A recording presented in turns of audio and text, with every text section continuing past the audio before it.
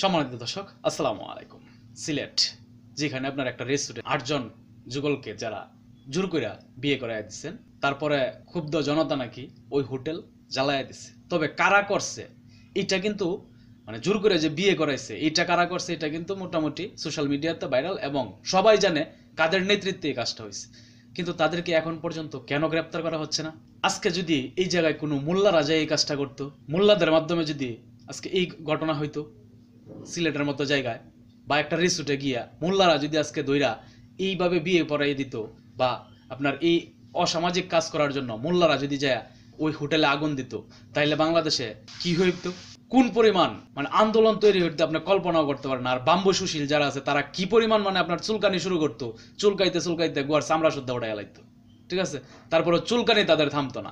কিন্তু আজকে মোল্লারা না, ঠিক আছে, এমন এক পার্সন করছে, এই কারণে তারা মুখের ভিতরে বাঁশ ঢুকায় রাখছে। কারণ ওইটা না ঢুকায় রাখলে যদি মুখ খুলে হন তাইলে মনে করেন যে চাপার দাঁত একটাও থাকবো না, এই জন্য কোনো কথা বলতেছেন। কিন্তু যদি মোল্লারা কথা বলতো, মোল্লারা নিরহ, মোল্লা মানুষ নিরহ, এদেরকে যেমনি চেমনি বলা যায়, ঠিক আছে। মোল্লারা তো এই দেশের নাগরিক না, মোল্লারা এই দেশে জন্মায় নাই, ঠিক আছে। তো এদেরকে নিয়ে আপনি যা ইচ্ছা তা বলতে পারবেন। কিন্তু যারা এই ঘটনাটা ঘটাইছে এদেরকে নিয়ে কিছু বলা যাবে না। এরা এই দেশের নাগরিক আর মোল্লারা এই দেশের নাগরিক না। এই জন্য মোল্লাদেরকে নিয়ে শাহবাগী কন আর আপনার সুশীল কন, যাই কন না কন, সবারই চুলকানি আছে মোল্লাদেরকে নিয়ে, ঠিক আছে। মোল্লারা কিছু করতে পারবে না। কিন্তু মানে এই কাজটাই তারা করছে, অন্য কেউ করলে এটা জায়েজ, ঠিক আছে।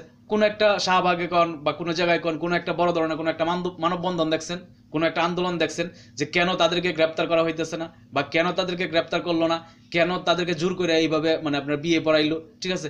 এই ধরনের কোনো আন্দোলন কি আপনারা দেখছেন? দেখেন নাই, এটা দেখবেনও না। এটা কোন মানে এটা দেখার মতো ভাগ্য আপনার নাই। কেন নাই জানেন? কারণ ওই যে এনে মোল্লা নাই। তো মোল্লারা যদি থাকতো, ঠিক আছে, তাইলে আপনারা ঠিকই দেখতে পারতেন।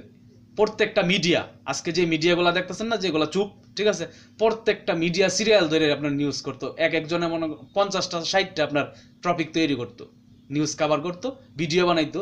মোল্লারা এই জায়গায় কাজ করছে। কিন্তু আজকে তো মোল্লা নাই এই জায়গায়, ঠিক আছে। কাদেরকে আপনার ভিকটিম বানাবে? এদেরকে তো ভিকটিম বানানো যাবে না। কিন্তু মোল্লাদেরকে তো আসলে স্পেস দেওয়া যাবে না। মোল্লারা যদি ভালো কাজও করে সেটাকে খারাপভাবেই উপস্থাপন করতে হবে। সেটাই হচ্ছে আমাদের দেশের মানে আপনার মিডিয়াগুলোর চরিত্র। কেন তাদেরকে এখন পর্যন্ত আপনার আটক করা হইল না?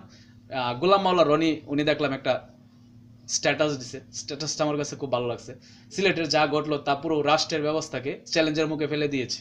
নাটের গুরুরা সরকারের মুখে থাপ্পড় মেরে বিপ্লবী সমন্বয়কদের অর্জনকে ডাস্টবিনে ছুঁড়ে ফেলে দিয়েছে। চাঁদার দাবিতে একটি রিসোর্টে ভাঙচুর, অগ্নিসংযোগ এবং সেখানে থাকা 8 জন তরুণ তরুণীকে জোর করে কাজী ডেকে বিয়ে পড়ানোর বিষয়টি তো কোনো ইসলামিক সংগঠন করেনি।